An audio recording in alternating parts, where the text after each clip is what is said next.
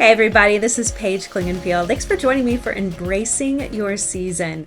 Here's the thing that I love to do is talking about things that I have had a discussion with someone that week or that day even, a topic that was really on the heart of someone that I am in connection with or living life with.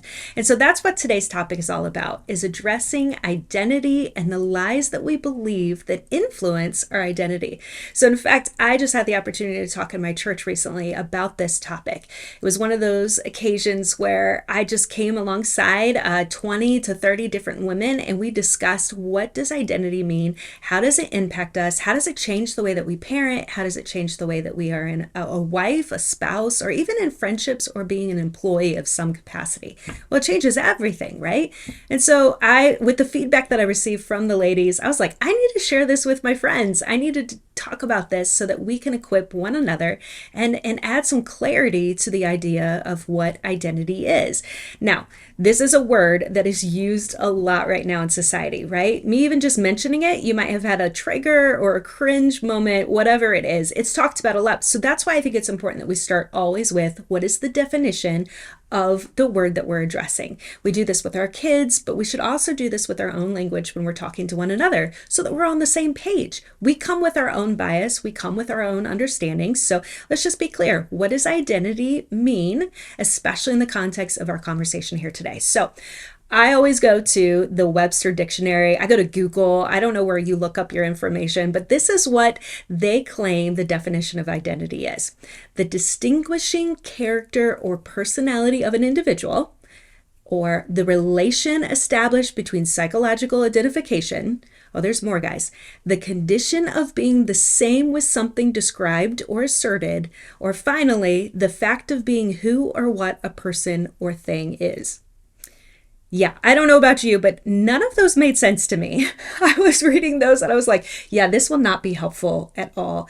So here's what I did is I started exploring with myself and the research that I have done on identity, and I came up with a definition that I think that we can all kind of agree on, or at least give us a place to stand on and where we're going next. So I believe under identity to be the core of who you are. It goes deeper than your physical appearance, your personality, your relationship status, and sexual orientation. It is a statement of your value and worth. Okay, you hear me there? It is deeply rooted in who you are. That's what your identity is. In fact, this is how sometimes I explain it to people. I see it as it is a multi-layered circle. So the core of the foundation is the belief of what your value is. So your value is the core of your identity. Now, as we move out layer to layer, the definition becomes a little more superficial. So for instance, it's defining your personality or your preferences, maybe even some non-judgmental statements about your appearance. Those are things that are added to your identity, but that's not the core of who you are. And that's where I think we need to first very much establish what is your identity at the core. What is your value and your worth? Because here's the issue with this, friends, is that it will shape and impact everything. It has a systemic influence over your behavior and over your thoughts. And it seems so simple. Do I have value? Do I not have value? But it changes everything, because think about this.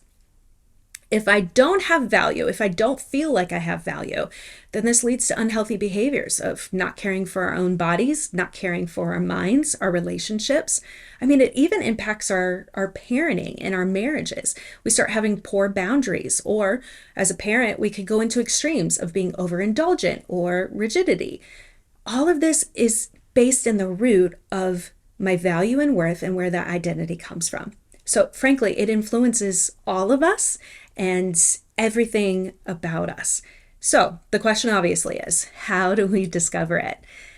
Good news. There's tons of books and podcasts and resources out there that would love to answer this question for you. I mean, it's everywhere. It's inundating our entire culture of figuring out identity. People speak this over us. People believe they know the answers to this. But this is where I put a word of caution. First off, don't listen to me just because you have, hopefully I'm a trusted person for you. But you need to be discerning in your own way.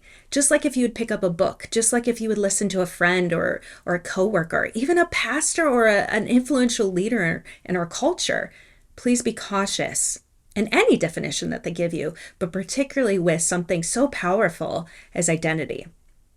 So because the world has spoken about identity development in such a way, we need to recognize, what does the world tell us we can find it, or where can we find this, our identity development? And its research shows us that it's all external evaluation. At least that's how it starts initially. So in other words, we discover who we are from our feelings, comparison, and words spoken over us. So obviously nothing could go wrong if those are the things that define our identity and our value and our worth, right? How scary is that? That everything around us are the things that we use to define our value and our worth. That's horrifying. That's so scary for me, as well as hopefully maybe for you as well, and potentially even for our kids. Because if we allow the external evaluation to define who we are, this is allowing people and circumstances to define us. And frankly, they're biased, they're unreliable, and most importantly, they're probably very, very inaccurate. So an example of this would be going on social media and seeing how others appear or live their life. Friends, we all do this, right? I call it the highlight reel. We're only getting to see the highlight reel, but somehow we tend to compare our realities to their highlight reel. So then that starts speaking things over our own value, our own worth, all because we're comparing and contrasting what we see of others. That's an external evaluation that then speaks into who we think we are, or who we think people think we are.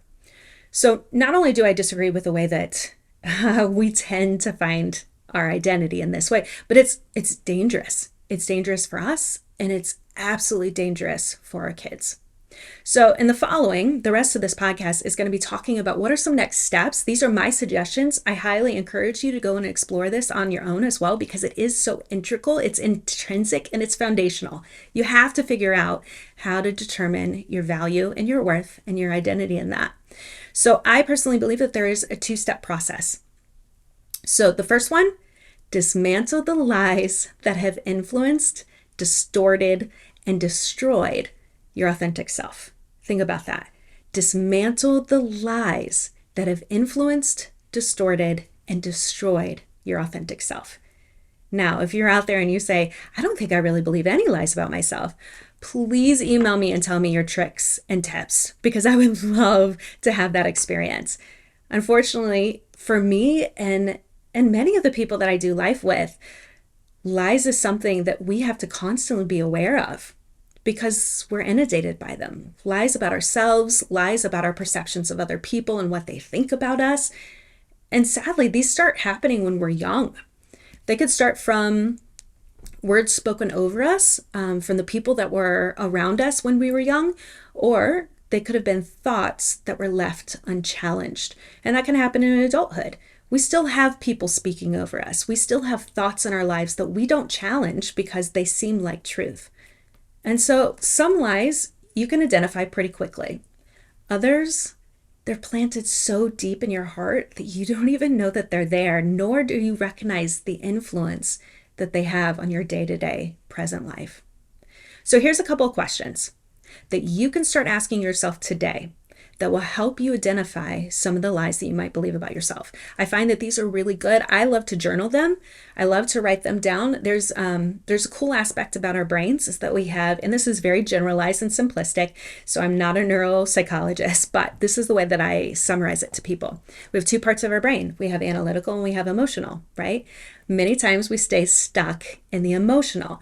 To get to the analytical so we can process, so we can heal and push through, we're using things like cognitive development, cognitive expressions, which is like writing, choosing words to identify how we feel about things.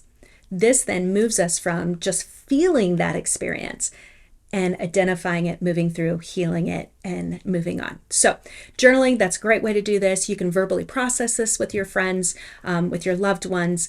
This is all great things to practice. But the first lie or the first question to ask yourself to identify any lies is, what do I fear most? Think about that. What do I fear most? Usually when we identify a fear, it is influenced by a root of lie, frankly. So do I fear rejection? Do I fear abandonment? Being alone? Never being happy? Or people not thinking I'm good enough, right? We can come up with a long list of fears that we have. In fact, when I asked this question, most likely one or two even came up into your mind, right? Fear of being hurt, fear of losing a child, all of those things, right? What you start recognizing, though, is that they are rooted in a lie that we believe about ourselves. So associating the fear with the lie helps identify it, but now you're able to actually rationalize, is this a rational fear? Is this appropriate? Or is this something that has been created from an experience that I had a long time ago that really isn't relevant to my life anymore, nor is it accurate to my present reality? So that's the first one. What do I fear? The second question to ask yourself is, what do I believe my weaknesses to be? Okay, so I know we all do this, right? We come up with a list, or we've had this experience before. Well, someone will ask us, maybe it's a job interview, what is our strengths? What are our weaknesses? Have you ever noticed that we're really good at coming up with our weaknesses instead of just coming up with our strengths? Yeah. So this list should be easy for you. Sadly, right? Like, that's so sad. Why do we do that to ourselves? But the weaknesses, what do I believe my weaknesses to be? Because then you'll also start seeing that these can sometimes be based in lies. Lies that we believe about ourselves, lies that were spoken over us when we were young, lies that we never challenged with whether or not they were truthful and accurate. So those are the first two questions I really would love for you to explore. Write in a journal, see what pops up for you as you just think through this. Now, for my believers out there, my Christian believers, here are some additional questions that you can ask yourself to see where you go in the direction that is brought forth to you. So the next one would be, what does God think of me? So there's this essence that when we have this existential thinking that there's a creator and he has created me, but yet he doesn't love me, he doesn't care about me. Like, that changes a lot of how we live our day to day. So when we identify what we think God thinks of us, that also starts pinpointing some lies that may have been rooted again in childhood or teenager, or maybe last year after you had an incident, a divorce with your spouse. Another question for my Christian friends out there is, what do I believe the character of God to be? Think about that. What do I believe the character of God to be? So if God is not a loving God, he isn't a just God, he doesn't really care. We're just specks down here like ants, and he doesn't care about intervening for us. That will also change the way that you view yourself, whether or not you have value and purpose, and then the way that you view the world around you.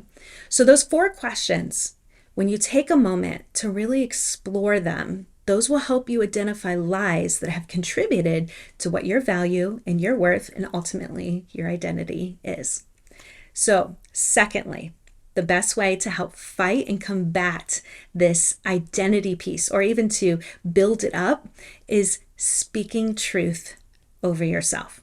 So especially once you identify some lies, this is the counter to that. So we're not just staying stuck in the identification process. Now we're like, no, we're going to take this moment and we're actually going to add truth against the lies. We are going to combat the cognitive dissonance, which is actually just a fancy word to say that there's thinking errors and incorrect beliefs about ourselves. I just like to make myself feel smart sometimes by saying words like that. So I hope you guys know that. So speaking truth over ourselves. So today, some people in our culture, in our world, frankly, believe truth is relative. Well, I fear if that is, I don't want to live in a world where that is accurate, because that means truth is fluid. It changes per culture.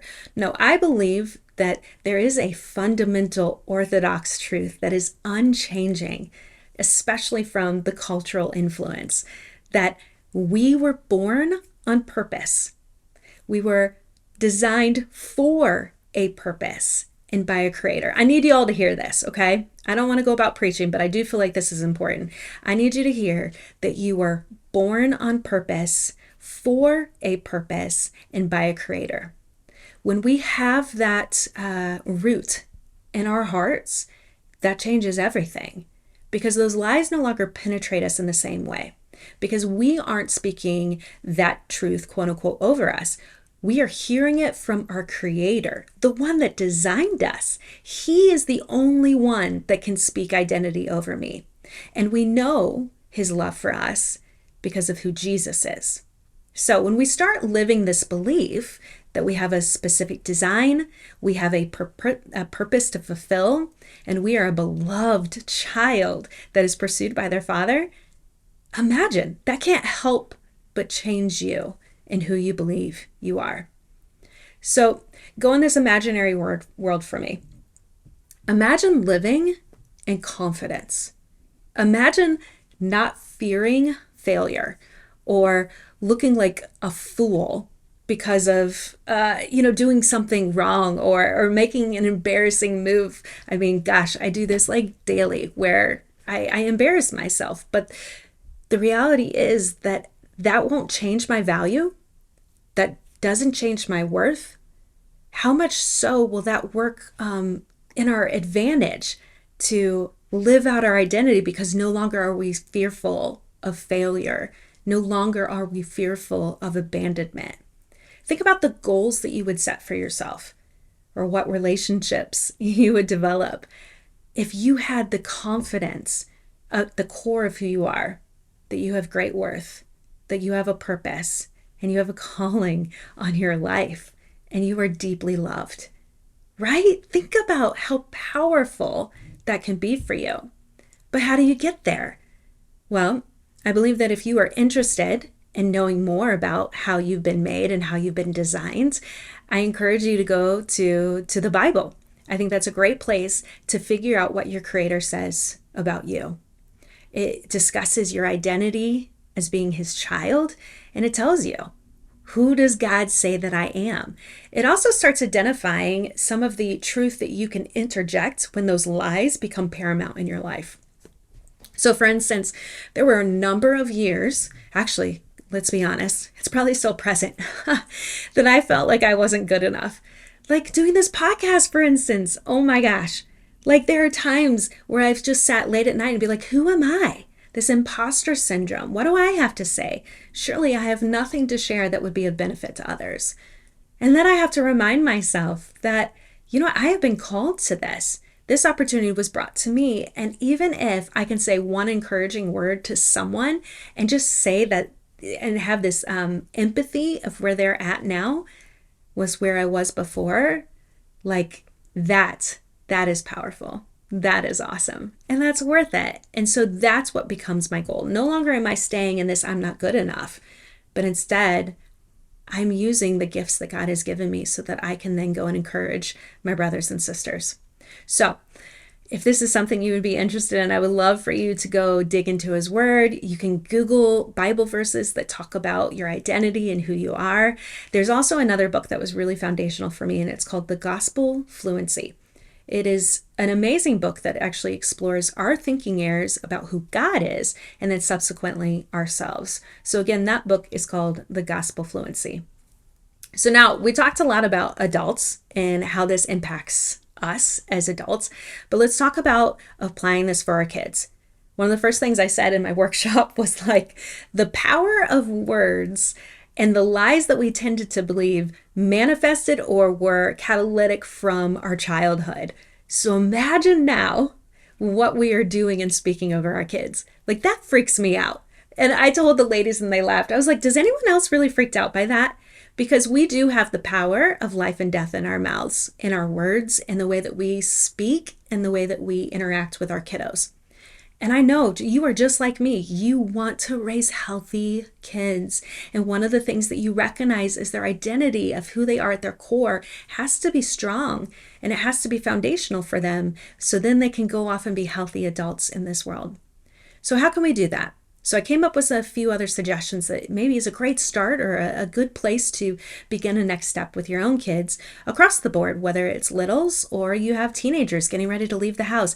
Now is the time to start this, okay? We all deal with identity stuff. We all deal with struggling with lies that we believe. So start now. Start investing in those relationship and conversations with your kiddos. So the first one, how can we practice this with our kids today? Remind them of their intrinsic worth outside of their performance. How often do you find yourself saying, "Oh, good job, buddy," after they did something great on sports or they got an A at school, and we're only focusing on the performance-based aspect of that. We're only giving them praise after they came back and did something well.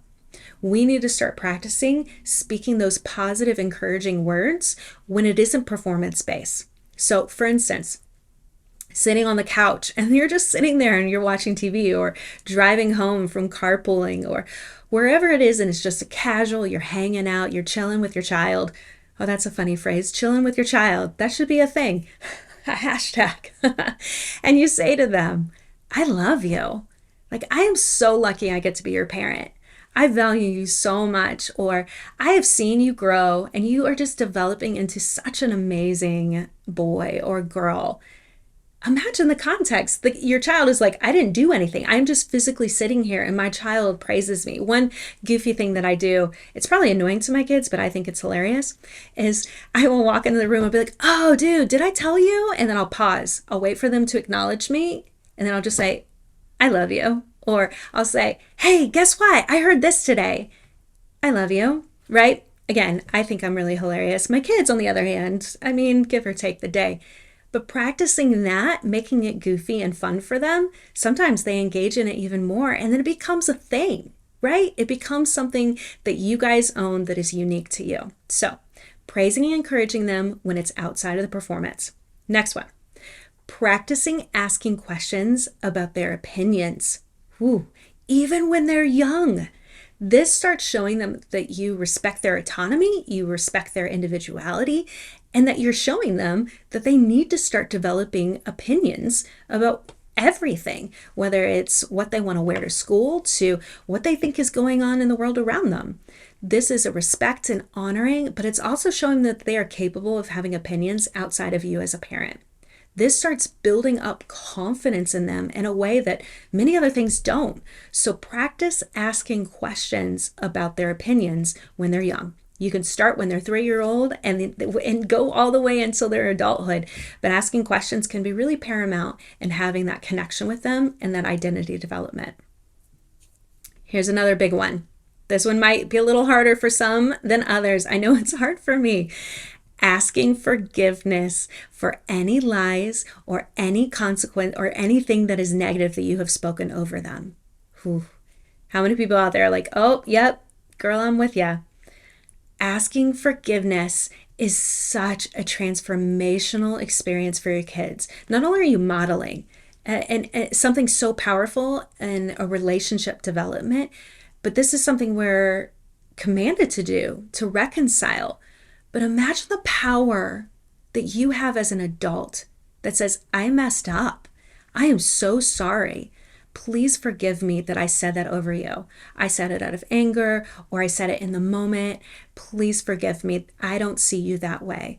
You have now flipped the script for them. First off, the parents make mistakes too. Secondly, you're not allowing the opportunity for that lie to plant roots. And we want to make sure that when we are aware of anything that we are planting in their lives that is not truth, that is not built to equip them, that is not for an encouragement, that could be detrimental to them as they grow up, we want to take care of that right there in that moment. So we need to create that relationship where our kids can call you out. My daughters have done that. They have said, "Mom, that hurts my feelings."